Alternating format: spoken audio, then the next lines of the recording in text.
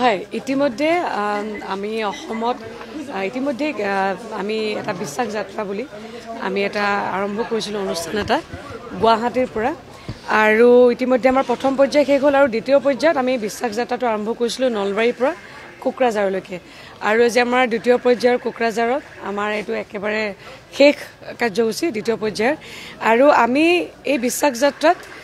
কেৱল মহিলাসকল নহয় পুৰুষসকলেও সমান্তৰালভাৱে সজাগ হ'ব লাগিব এইটো এটা আমাৰ এই যাত্ৰাটোৰ জৰিয়তে আমি বুজাব বিচাৰিছোঁ আৰু দ্বিতীয়তে কোনো মহিলাই যাতে নিৰ্যাতিত বা পীড়িত মহিলা কোনোৱে যাতে হতাশ হ'ব নালাগে তেখেতসকলৰ কাৰণে মহিলা আয়োগ আমি আছোঁ সাহস হৈ আছোঁ আৰু নম্বৰ হেল্পলাইন নম্বৰ 181 বহুলভাৱে প্ৰচাৰ কৰাৰ ক্ষেত্ৰত আমি আমি ৰাজ্যৰ মাজত লৈ যাব বিচাৰিছোঁ আৰু লগতে আমাৰ মহিলা আয়োগৰ তৰফৰ পৰা আমি এটা নম্বৰ মুকলি কৰিছোঁ সেই নম্বৰটো 9435196263 এই নম্বৰটো আমি ৰাজ্যৰ মাজত লৈ গৈ আছোঁ গতিকে কোনো মহিলাই নিৰ্যাতিত মহিলাই আত্মহত্যাৰ নিচিনা কথা চিন্তা কৰিব নালাগে হত্যাৰ নিচিনা কোনো ধৰণৰ ঘটনা হ'ব নালাগে মাৰপিটৰ নিচিনা হ'ব নালাগে আপোনালোকে যদি অসহায় অনুভৱ কৰিছে নিৰ্যাতনৰ নিচিনা ঘটনা আপোনাৰ লগত ঘটি আছে বা আপোনাৰ ওচৰ চুবুৰীয়াৰ লগত যদি ক'ৰবাত কেনেকুৱা ধৰণৰ ঘটনা ঘটি আছে আপোনালোকে 181ত কল কৰক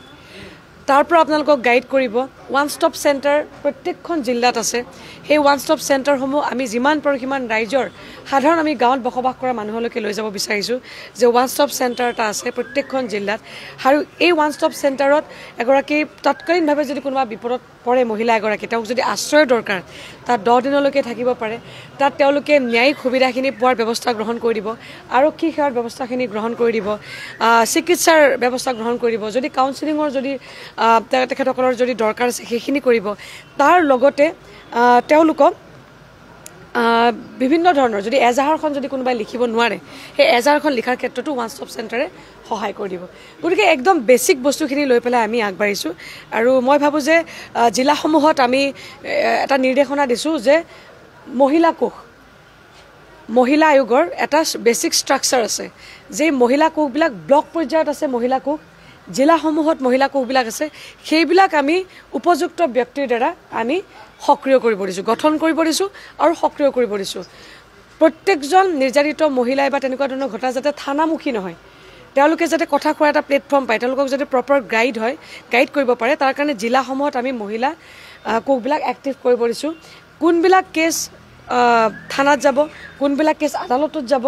কোনবিলাক কেছ আমি মহিলা আয়োগে আমাৰ দ্বাৰাই আমাৰ নিষ্পত্তি কৰিব পাৰোঁ মই ভাবোঁ যদি এইটো ধৰণৰ এটা ব্যৱস্থা হ'লে